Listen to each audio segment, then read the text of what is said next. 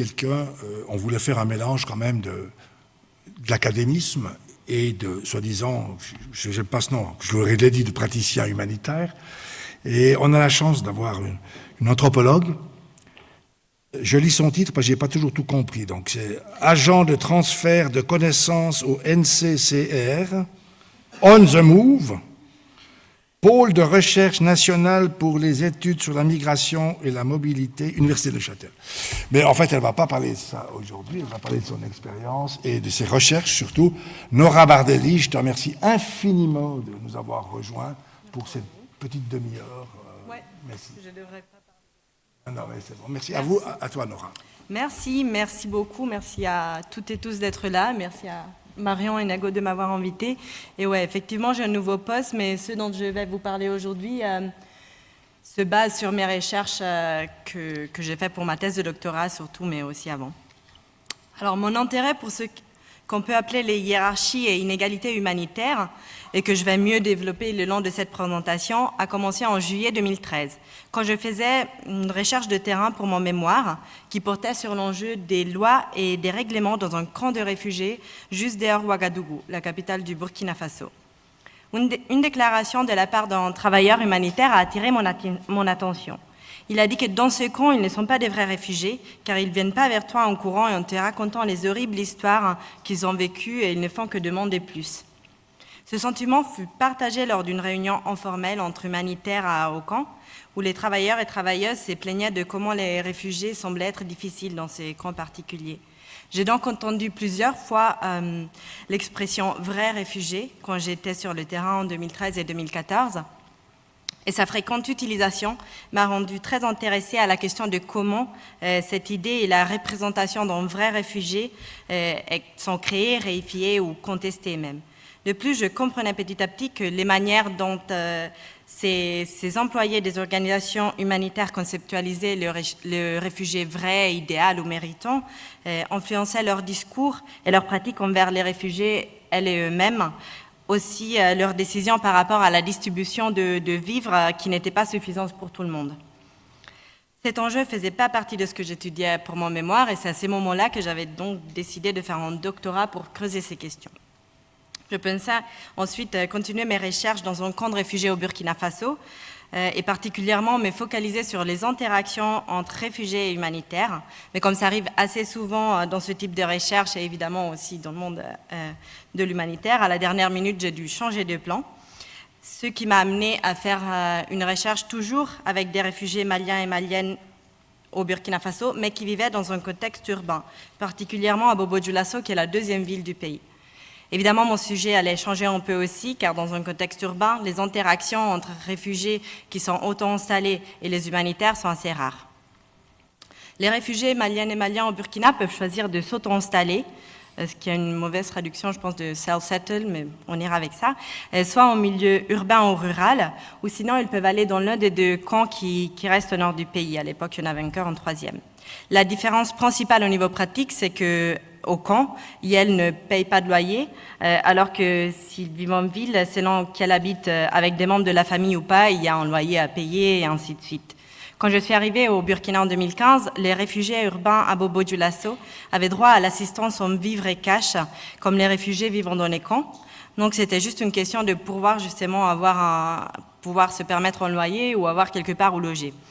Les Maliens et Maliennes au Burkina, qu'ils soient réfugiés ou pas, ont les mêmes droits que les Burkinabés, sauf voter. Ce qui fait quand même que c'est une situation plutôt particulière par rapport à plein d'autres, rien que si on se focalise sur le contexte, sur le continent africain.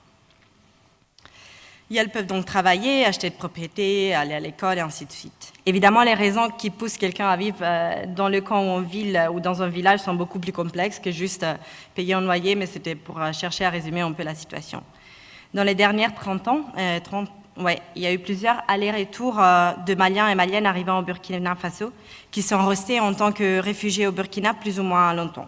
La dernière crise qui a déclenché, désolé, français c'est pas ma langue maternelle, un mouvement de migration forcée est celle qui a commencé en janvier 2012 dans le nord du Mali. Et comme j'ai beaucoup de choses à vous raconter, je ne peux pas trop développer, mais on peut y revenir plus tard si vous avez des questions. Les réfugiés maliennes et maliens vivant au Burkina Faso sont de différents groupes appelés communautaires ou ethniques. Il y a des Touaregs, Songhai, Peul, Dogon, Arabes, Bambara et aussi d'autres. Ils viennent majoritairement du nord et du centre du Mali, mais aussi du sud où il n'y a pas de conflit en soi. Mais certains groupes vivent des persécutions liées aux imaginaires du conflit et aux origines des gens, notamment concernant les Touaregs et les Peuls. Comme vous le savez probablement, au conflit qui a débuté en 2012 s'entremêlent aujourd'hui des nouvelles tensions et violences, des massacres, attaques terroristes, tant au Mali comme au Burkina Faso et dans la sous-région, et avec une fréquence toujours très et trop élevée. En retournant à mes recherches, pour ma thèse de doctorat, j'ai fait une recherche ethnographique, principalement avec les réfugiés eux et elles-mêmes, mais aussi avec des humanitaires, des employés du gouvernement, des résidents et résidentes du Bobo qui n'étaient pas réfugiés et bien d'autres. Ce terrain s'est construisait aussi sur les précédents que j'avais faits pour mon mémoire et les connaissances et les expériences que j'avais cumulées sur ce contexte-là depuis 2013. En termes théoriques et d'approche, mes travaux sont basés sur une approche féministe et postcoloniale décoloniale et en utilisant l'anthropologie économique et de l'aide, mais je ne vais pas trop développer au niveau théorique aujourd'hui. Alors, qu'est-ce que j'ai recherché exactement? Mon étude est une ethnographie de l'humanitaire au niveau micro, et je regardais comment se jouent les interactions entre le régime des réfugiés au régime humanitaire au Burkina et les réalités que ce régime rencontre sur le terrain. Ou par réalité, j'entends les personnes, leur vie, les structures qu'ils habitent, et ainsi de suite. Mon travail veut ainsi souligner les contradictions qu'il peut y avoir dans l'humanitaire en montrant comment les inégalités et les différences peuvent être renforcées ou produites dans cette rencontre. Après, je vais vous donner des exemples, comme ça, cette partie un peu plus conceptuelle va, j'espère, devenir plus claire. Les hiérarchies sur lesquelles je me concentre dans mes travaux et dans la présentation d'aujourd'hui sont celles créées ou renforcées au sein de la population réfugiée par l'action ou l'inaction humanitaire et qui produisent une échelle du réfugié vu comme le plus méritant ou la plus méritante. Il ne s'agit pas de nier l'aspect pratique et nécessaire du tri dans l'attribution d'un soutien, surtout quand il est limité, mais d'éviter que de telles actions aient des effets durables sur les individus qui sont déjà pris dans des multiples inégalités structurelles et situations de précarité. Je me concentre donc sur celles qui ont été appelées les politiques de vie ou hiérarchie horizontale, qui sont produites au sein d'une population de bénéficiaires et qui s'articulent souvent avec des structures d'inégalité déjà présentes dans la vie des bénéficiaires avant qu'ils deviennent des bénéficiaires humanitaires, disons. Au Burkina Faso, cela se produit également par la construction d'une figure de réfugié idéal qui est unidimensionnelle, sans histoire et décontextualisée, dans le sens de non pertinente ou spécifique au contexte. En effet, les réfugiés maliens et maliennes, pour être perçus comme méritants aux yeux de la communauté internationale, devaient correspondre à l'idée d'un réfugié néolibéral ou d'un réfugié vulnérable. D'ailleurs aussi, c'est un peu dur de faire les deux en même temps, mais bon, on y arrivera après. Le premier, du coup, le réfugié néolibéral correspond à un individu économiquement autonome, responsable et indépendant. Le réfugié vulnérable, quant à lui, correspond à un réfugié économiquement dépossédé vivant dans un camp. Si possible, il devrait également s'agir d'une femme, d'un enfant ou d'une personne en situation de handicap ou âgée. Dans mes travaux, j'ai donc cherché à comprendre comment ces figures et conséquentes hiérarchies de mérite ou légitimité sont reproduites par le régime humanitaire et avec quels effets, notamment sur la reproduction d'inégalités qui existent déjà entre les réfugiés ou la production de nouvelles inégalités entre les réfugiés. C'est-à-dire comment la représentation de certains et certaines réfugiés comme plus méritants va renforcer des inégalités, par exemple socio-économiques ou de genre. Petite parenthèse, la façon dont je parle ici des réfugiés ou de l'humanitaire paraît et est très monolithique, comme s'il s'agissait d'un acteur ou groupe d'acteurs homogènes. Évidemment, ce n'est pas le cas. En réalité, je cherche juste à présenter de façon un peu plus synthétique mes résultats. Et aussi, deuxième petit point, évidemment, l'assistance et la protection des réfugiés font souvent la différence, surtout dans les situations d'urgence. Mais lorsqu'elles deviennent des interventions à plus long terme, et comme on l'essaie, il y en a de plus en plus qui deviennent des situations de plus long terme, du coup, ouais, là, je trouve que c'est encore plus important de déconstruire les pratiques et les impacts humanitaires pour éviter qu'elles installent des logiques d'exclusion ou marginalisation sur des populations qui sont souvent déjà bien exclues ou marginalisées. Parce qu'en effet, l'aide humanitaire opère évidemment dans une économie politique déjà présente et historicisée. Les interactions humanitaires ont lieu dans des structures sociétales et aussi inégalitaires qui existent déjà. Et la manière dont ces inégalités et hiérarchies prennent forme au Burkina Faso peut être renforcée par l'intervention humanitaire, par exemple, comme je disais et comme je vais développer, via la reproduction des figures spécifiques du réfugié idéal.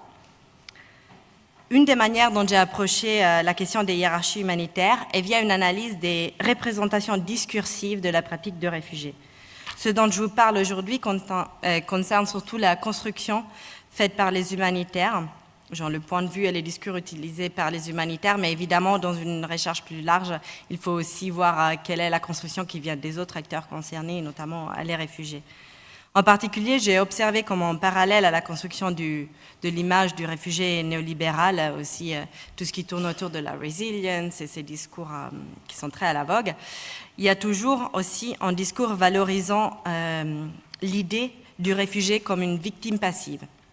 Je dis toujours, car cela a été déconstruit et critiqué par un grand nombre de chercheurs et chercheuses, et je suis aussi sûre par un nombre énorme aussi de practitioners dans les dernières 30 et 40 ans, y inclus par Marion Fraisiat qui est là.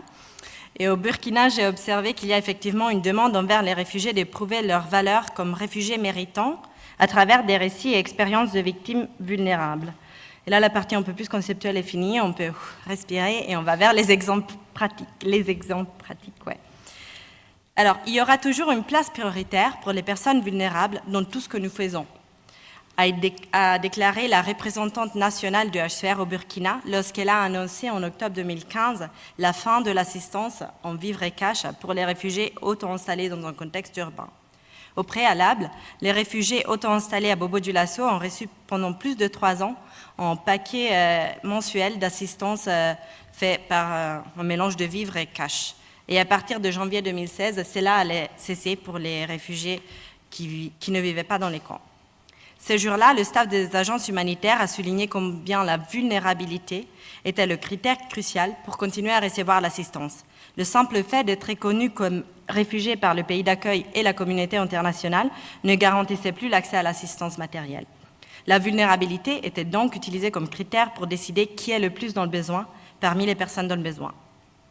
Lorsque je parle de vulnérabilité ici ou en tant qu'outil humanitaire ou de sa compréhension et utilisation officielle, je fais référence à l'utilisation de la notion de vulnérabilité et des évaluations des besoins spécifiques par les agences humanitaires pour cibler l'aide qu'elles fournissent. La catégorie réfugiés vulnérables regroupe plusieurs sous-catégories de personnes relevant de la compétence du HCR, le Commissariat des réfugiés, que c'est l'acteur principal au Burkina Faso dans la sphère humanitaire. Et du coup, je disais, la catégorie réfugiés vulnérables regroupe plusieurs sous-catégories à son intérieur et qui font partie de la classification plus large de personnes à besoins spécifiques, qui est utilisée pour définir et classer les réfugiés officiellement reconnus comme vulnérables.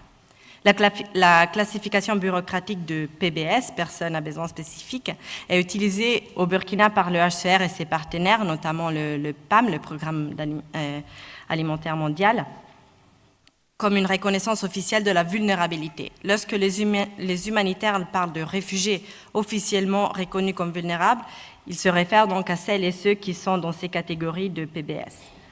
Les besoins spécifiques des personnes sont évalués pendant le processus d'enregistrement qui a lieu quand les réfugiés s'enregistrent pour la première fois dans le pays. Et après, c'est renouvelé à chaque fois qu'il y a un nouveau enregistrement, tous les 2-3 ans, selon la logistique possible. Ces catégories PBS au Burkina, il y en a 8, je pense, mais il y a par exemple enfants en situation de risque, parents seuls, et ainsi de suite. Et ces classifications devraient permettre à l'aide humanitaire de cibler les bénéficiaires les plus démunis ou ayant des besoins spécifiques afin de s'assurer que l'aide délivrée est le plus équitable possible. Or, comme j'ai observé lors de mes recherches, la manière dont cet outil, le PBS, les personnes à besoins spécifiques, est utilisé au Burkina, ça ne permet pas une intervention humanitaire plus juste et équitable, notamment dans la relation à la vulnérabilité et comment c'est conçu. La première fois que j'ai rencontré Aïssa et Seydou, c'était en février 2016, 4 mois après le début de ma recherche de doctorat. Lorsque je suis rentrée dans la cour où ils vivaient à Sarfalao, en quartier de Bobo, j'ai rapidement réalisé que parmi les participantes et participants à ma recherche, leur situation économique était la plus précaire. C'est ce que je pensais d'après ce que je pouvais observer. Une cour commune arbitrant au moins 6 familles, 2 hangars de travail pour des forgerons, mais seulement en scooter et quelques vélos, pas de voiture, et pas mal d'enfants qui jouaient dans la cour en jour d'école, mais des enfants en âge d'école. Tous ces éléments étaient des indicateurs des conditions socio-économiques assez basses. Parfois, mes premières impressions sociodémographiques, comme je les appelais, se sont révélées fausses, même très fausses, mais pas à cette occasion, car avec le temps et des longues discussions avec tous les deux, il était clair qu'elles avaient des difficultés financières assez lourdes. Aïssa et Seydou sont des Songhas et arrivés à Bobo Dioulasso depuis Gao, dans le nord du Mali, au début du 2012, au début de la crise. Ils sont arrivés avec leur fille aînée, qui à l'époque avait 4 ans, et leur fils nouveau-né, qui est malheureusement décédé quelques semaines après leur arrivée, sans qu'ils aient jamais vraiment compris pourquoi. Pendant plus de 3 ans, et jusqu'en décembre 2015, du coup presque 4 ans, ils ont reçu une assistance alimentaire et monétaire de la part des agences humanitaires, comme toute autre personne ayant le statut de réfugié et vivant à Bobo Dioulasso. Et elles complétaient cela en vendant de la soupe au marché du soir à Sarfalao. Avec cette activité, elles ne gagnaient pas plus de 45-50 € par mois, ce qui n'est pas beaucoup pour le Burkina. À Bobo Dioulasso, ils ont eu 2 autres fils, l'un né en 2013 et le plus jeune né pendant mon travail de terrain, en juin 2016. La fille a commencé l'école à l'âge de 8 ans, parce que Aïssa et Seydou ne pouvaient pas se le permettre plus tôt. Et elles n'ont jamais réussi à obtenir une prise en charge au moins partielle pour les frais d'inscription par les organismes d'aide. Et elles ne savaient pas encore quand leur fils irait à l'école, parce qu'encore une fois, elles ne savaient pas quand il y aurait assez d'argent pour payer les frais d'inscription. Aucun membre de leur foyer n'a été officiellement reconnu comme réfugié vulnérable, en étant classé comme personne ayant des besoins spécifiques par les agences humanitaires, ce qui aurait dû leur permettre de bénéficier d'une assistance supplémentaire. Et cela car elles constituaient une famille complète, avec père et mère. En fait, une famille complète ne correspond pas à une catégorie vulnérable telle que définie par les agences humanitaires, indépendamment des difficultés et des vulnérabilités réelles, sociales, économiques, sanitaires ou autres, auxquelles une famille complète peut être confrontée. Lorsque vulnérabilité est utilisée de manière simpliste comme un concept opérationnel et pour aider dans le développement et l'humanitaire, cela néglige souvent des informations contextuelles cruciales et fournit une explication assez généralisée et inappropriée, surtout lorsque cet outil, vulnérabilité, a été conceptualisé dans un contexte différent de celui où il est appliqué. Avec cela, je m'approche de l'analyse faite par Tom Scott-Smith à propos de l'abri IKEA utilisé par les agences d'aide, qui dit que l'abri illustre bien des normes sociales, mais pas celles des personnes qui vont l'habiter. Il reflète plutôt la vision du monde de ces concepteurs humanitaires. De façon similaire, donc, la vulnérabilité, dans la manière dont elle est conceptualisée dans les opérations humanitaires au Burkina, illustre des perceptions aux réalités sociales de vulnérabilité, mais non pas forcément celles des personnes à qui elle est appliquée comme outil humanitaire. Et ceci s'est lié également, évidemment, aux nombreux travaux féministes, entre autres, qui soulignent la reproduction dans l'humanitaire et le régime des réfugiés, comme aussi dans le développement, des relations de pouvoir asymétriques entre les genres et des normes patriarcales, souvent des normes patriarcales occidentales en plus. Pour en revenir à la vulnérabilité comme expérience vécue, celle-ci est socialement et culturellement constituée et dépend de nombreux régimes d'inégalités structurelles et différents facteurs. Nous sommes toutes et tous vulnérables, mais pas de la même manière, ni au même moment, ni face aux mêmes situations. Une approche intersectionnelle à la vulnérabilité, mais plus largement une approche intersectionnelle tout court, permettrait de mieux saisir ces réalités complexes et différentes des bénéficiaires des programmes humanitaires, en particulier la manière dont leurs expériences sont façonnées par diverses structures et relations de pouvoir, y inclus celles découlant du colonialisme. Ce type d'analyse n'implique pas de se contenter de décrire différentes catégories identitaires. Il est important d'analyser comment elles se combinent entre elles pour reproduire et produire des sujets plus ou moins exclus de la possibilité d'être perçus comme méritant de l'aide humanitaire. Ce qui se passe dans le contexte humanitaire burkinabé, mais probablement dans d'autres aussi, c'est que des représentations et compréhensions spécifiques de vulnérabilité sont attachées de manière simpliste à des corps ou à des catégories précises de réfugiés. Les marqueurs d'identité, que ce soit femme, son rail, personne âgée ou autre, considérés comme monolithiques et généralisables, deviennent les clés de production de la vulnérabilité telle qu'elle est utilisée et comprise par les agences humanitaires. Concrètement, voici quelques autres exemples qui expliquent pourquoi je trouve problématique et inégalitaire les catégories de personnes à besoins spécifiques et la construction de vulnérabilité telle que l'est utilisée par le HCR et le PAM au Burkina. Une personne est considérée comme un parent seul lorsque elle, car il s'agit généralement d'une elle, a des enfants dont elle doit s'occuper toute seule, du moins sur le papier. Cela signifie qu'elle doit être enregistrée comme chef de ménage et comme ayant des personnes à charge sur son certificat de réfugié. C'est le cas de Fatou. Lorsque je l'ai rencontrée, elle avait un fils de 5 ans et deux frères de 16 et 17 ans, tous enregistrés dans son ménage. L'un des deux frères était scolarisé dans un lycée privé avec une bourse du gouvernement. Il avait remporté un prix d'excellence l'année d'avant. L'autre frère travaillait comme mécanicien et Fatou elle-même travaillait, vendant des vêtements et des bijoux dans son quartier. Elle a rencontré son mari début 2015 et se sont mariés en 2017. Il est un commerçant burkinabé qui gagne bien sa vie et déjà avant leur mariage contribuait à la soutenir, elle et sa famille qui étaient restées au Mali. Dans les dossiers du HCR, elle était enregistrée dans la catégorie à risque des parents seuls et recevait donc un soutien supplémentaire car c'était sa situation à l'arrivée à Bobo-Dioulasso en 2012 et quand elle s'est à nouveau enregistrée en début 2015 qui comptait. De l'autre côté, considérant le scénario d'une de mes autres interlocutrices, Oumou, une femme mariée enregistrée dans l'attestation de ménage avec son mari. Bien que son mari était enregistré comme réfugié, il était rarement au Burkina parce qu'il voyageait beaucoup au Mali pour le commerce. Généralement, il ne lui envoyait pas d'argent car le commerce n'allait pas très bien dans le nord du Mali.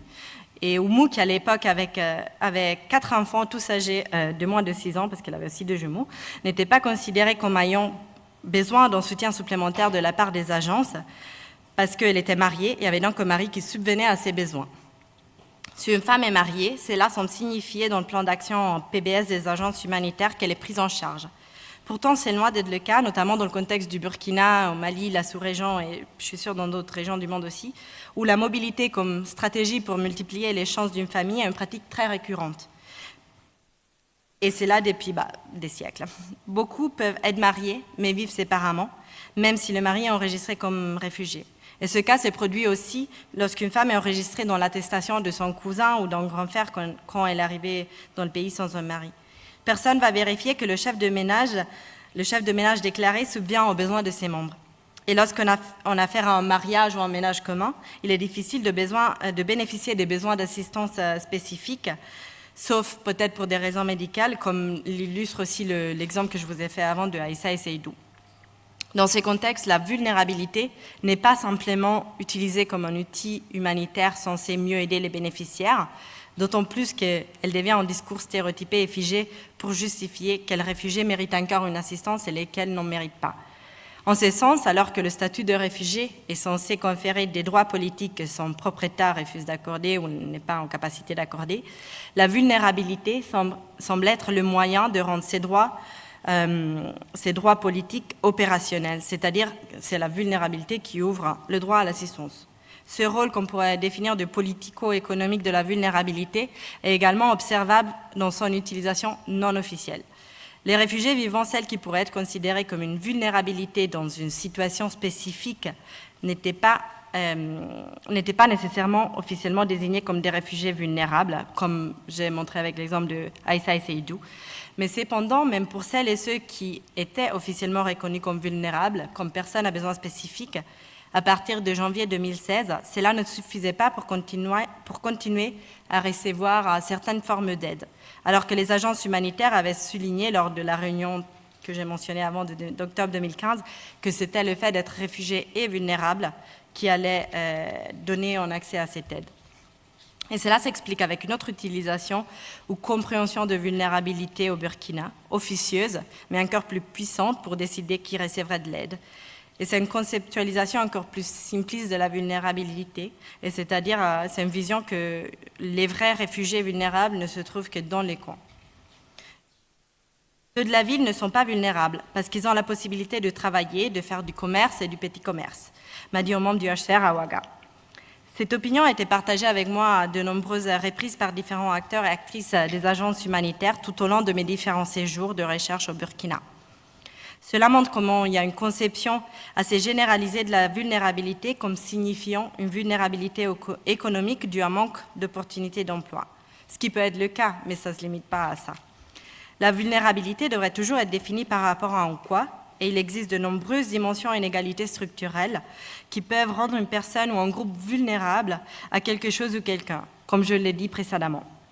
Se concentrer uniquement sur la vulnérabilité économique comme le manque d'emploi et l'associer à des idées simplistes et rigides des catégories vulnérables est problématique. Parce que cela amène aussi à ce que les réfugiés en situation de précarité dans le contexte urbain n'ont pas été reconnus.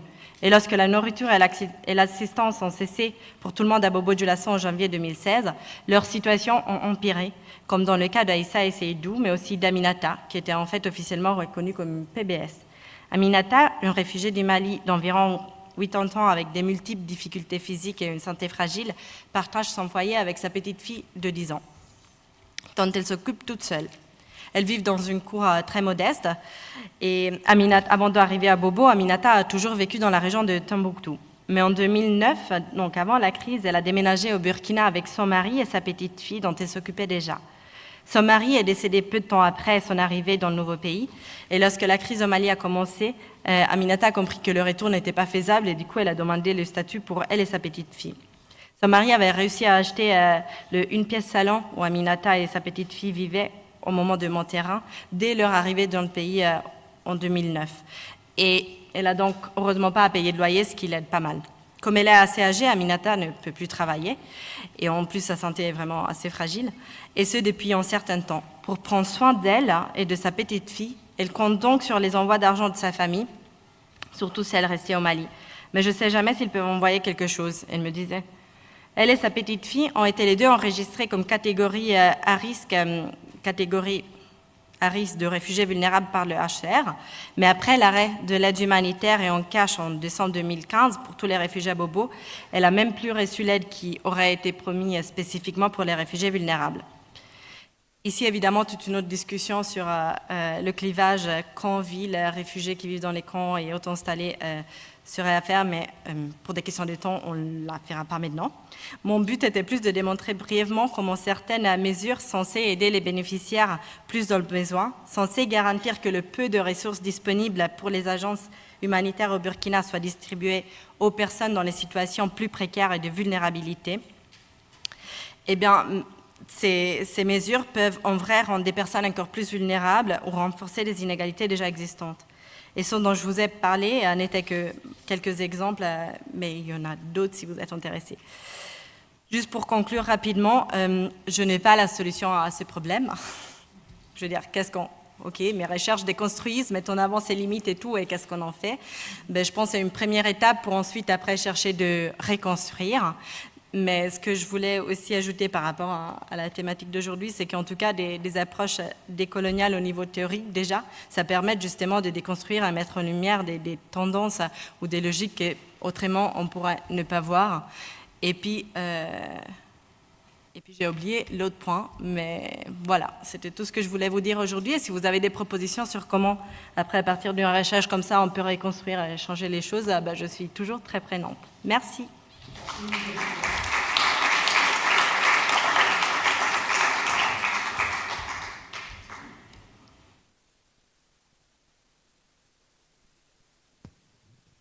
Oui, merci. Je me demandais si, parmi les acteurs humanitaires, vous avez vu des différences de ces perceptions. Par exemple, si c'est un acteur européen, africain, local, du gouvernement, d'une ONG, acteur de développement, etc. Ou est-ce qu'on retrouve toujours cette même figure un peu stéréotypée du bon réfugié méritant? Merci. Merci. Alors, ouais, comme je disais avant, une présentation aussi courte, j'ai pas le temps de tout nuancer.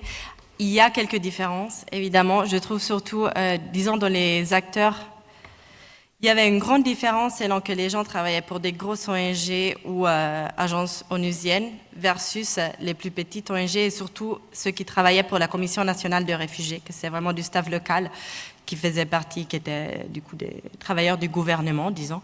Et ceux-là, ils étaient plus ceux de la CONAREF, de la Commission nationale, le staff de la CONAREF avait l'air beaucoup plus de réaliser beaucoup plus ce qui se passait dans le concret, disons. Quand ils ont coupé l'assistance, après, il y a eu pas mal de réfugiés qui faisaient la demande de retour parce qu'ils recevaient une bourse.